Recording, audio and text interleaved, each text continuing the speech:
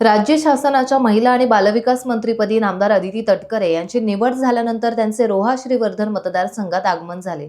यापूर्वी ते आपल्या गावी येत असताना नवी मुंबईत त्यांचं जंगी स्वागत करण्यात आलं। यावेळी त्यांनी पालकमंत्री पदाबाबत वरिष्ठ निर्णय घेतील, आम्ही रायगड जिल्ह्यातील सर्व आमदार एकत्रितपणे विकास कामे करू असा निर्धार व्यक्त केला।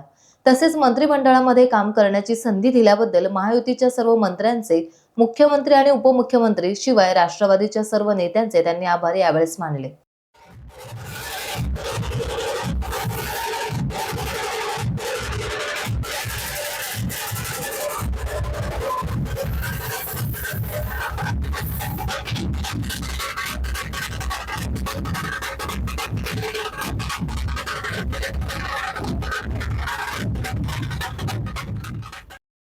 मी आमच्या राष्ट्रवादी काँग्रेस पक्षाचे आणि महायुतीच्या सगळ्याच पदाधिकारी कार्यकर्ते, आमच्या जिल्ह्याचे इथले अध्यक्ष, शहरातले सर्व अध्यक्ष, सर्व महिला अध्यक्ष, महिला सर्व पदाधिकारी आणि सगळेच आमचे पक्षाचे कार्यकर्त्यांचं मनापासूनचे आभार मानते की त्यांनी आज या ठिकाणी माझं अतिशय दिव्य अशा पद्धतीने स्वागत केलं।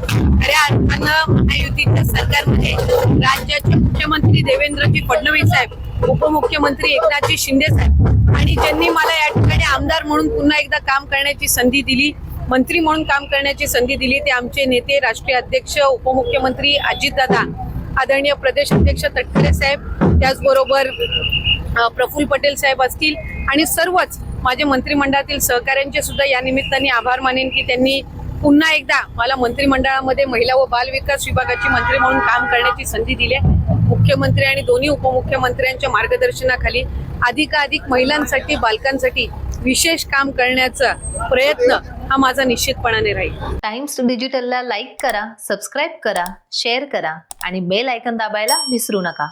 पाहत रहा टाइम्स डिजिटल।